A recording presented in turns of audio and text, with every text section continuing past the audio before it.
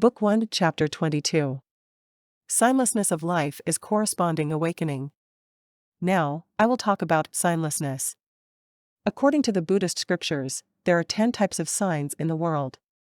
1. Sign of forms, the sign of all dharmas in the human realm. Forms represents the physical appearance of everything in the world, not the image of males and females. 2. Sign of sounds, every sound you hear, which also have shapes and images. For example, when you call someone on the phone and hear their voice, you know whether they are male or female. 3. Sign of smells, what your nose can smell, which forms an image. For example, when you smell the fragrance of flowers, flowers will appear in your mind. 4. Sign of tastes, when you put something in your mouth, your tongue senses the taste and an image is created within your mind.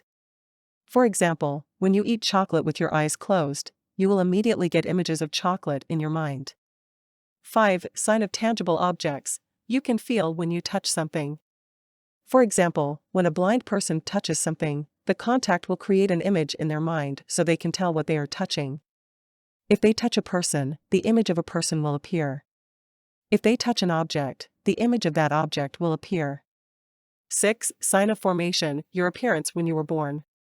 7. Sign of abiding, this refers to dwelling, such as the appearance of the place one is staying in, what direction it is facing, and so on. 8. Sign of dissolution, a term that is used when we talk about objects going through the state of decay and then emptiness. 9. Sign of male, used to describe someone who looks masculine. However, sometimes we see men who look and think like women. 10. Sign of female, used to describe someone who looks feminine.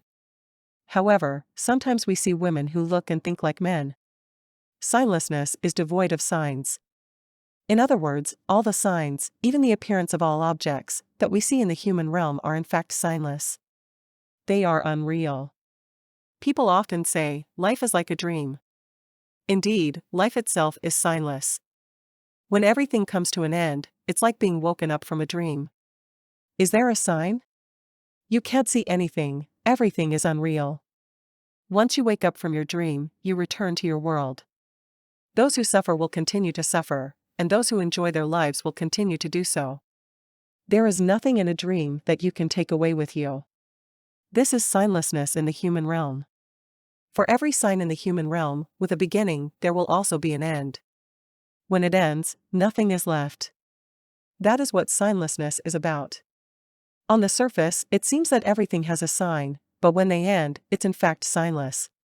If you can control your perception and see the true signless nature of an object, which means to understand the beginning and the end of this world, then you are, essentially, awakened.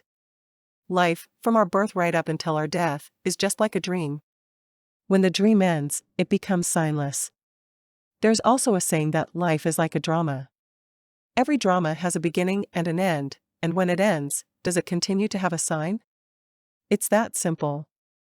Another example, when you give away something as a donation, but you don't say a word about it, that is practicing generosity without attachment to the notion of signs.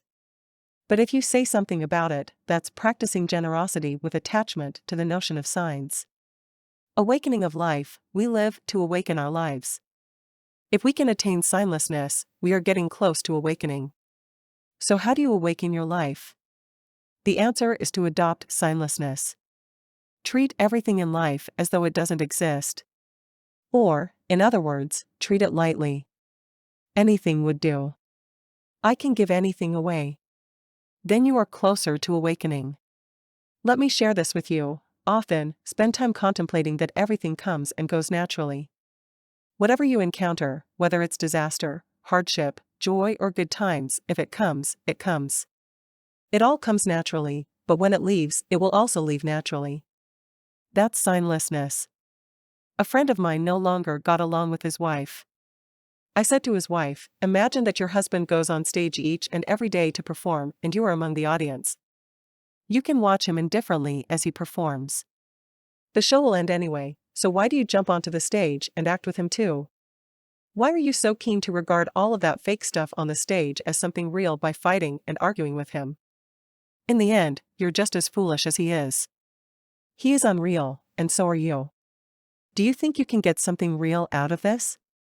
In fact, you are merely taking the fake stuff and covering up the real part of you. In other words, when false is taken as true, true becomes false. On the surface, the awakening of life sounds like I have awakened. But if someone says to me, Master, I have awakened, that statement is false. People who have truly awakened will not say those words. If they do, they haven't awakened. That's because the symbol of the awakening of life cannot be recognized as having completely awakened. There is the symbol of life and the symbol of the world, which are, after all, symbols. Therefore, the awakening of life itself is empty by nature. Once you truly comprehend such emptiness, are you still going to say, I've done research and found that everything in it is empty? In the end, there's no need for research, as it's inherently empty anyway. If you recognize this potential for awakening and feel that you've awakened, then you haven't truly awakened at all. The reality of the human realm is that it is just a dream, a drama. It is all empty, and everything is illusory. When you pass away, none of it exists anymore. Awakening itself is the elevation of one's level of spirituality. During the Shakyamuni Buddha's time, he sat under the Bodhi tree and awakened to these insights. But the enlightenment of the Buddha absolutely cannot be compared to the awakening of us mortals. His potential for enlightenment is at the level of Buddha and Bodhisattvas, and what he is enlightened to is the inherent nature. Meanwhile, the awakening that us mortals experience is only a superficial phenomenon. For example, I now realize why that person treated me so badly. It was because I used to talk behind their back.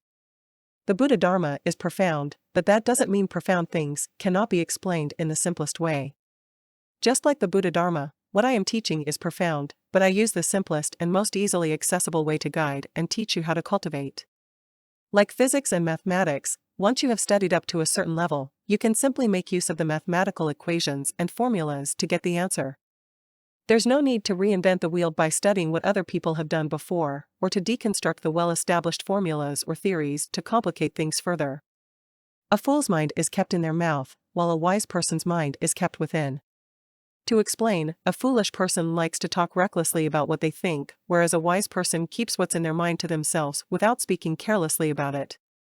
If you buy too many unnecessary items and squander your money, eventually you won't be able to afford what you really need. Let me elaborate. If you spend most of your time reading books that serve no practical purpose, you won't be able to read books that are truly beneficial to you. Moreover, if you read the kind of books that you should not, then how can you have the necessary attention for books on right Dharma? If you listen to too much nonsense or pay regard to the superstitious, you will not be able to listen to and absorb the true Buddha Dharma. The longer we think about and cling to the misfortunes of life, the more harm they are going to inflict upon us. If you continue to be preoccupied with all the unfortunate things you shouldn't even think about, the harm they inflict upon you will become even more forceful. When a person has awakened to a small degree, they must read more literature that can continue to guide their awakening, like Master's teachings to disciples. After you have awakened, you will no longer get lost when reading the scriptures of the Bodhisattvas or all other literature. Then, you will be truly awakened. This is also known as corresponding awakening. It is the sentient beings that I am aiming to help and awaken. The Buddhist teachings that I impart are something common people can all accept. They are concise and clear. As long as you follow the Buddhist practice and cultivate diligently, you will most certainly change your outlook on life. Read more of the content of my Dharma talk of the past. Corresponding to the circumstances you are in, every sentence in the text will help add to your awakening. Once you have awakened, every sentence you read along the path of your Buddhist practice can make you more awakened, and everything you see in this world will become wonderful.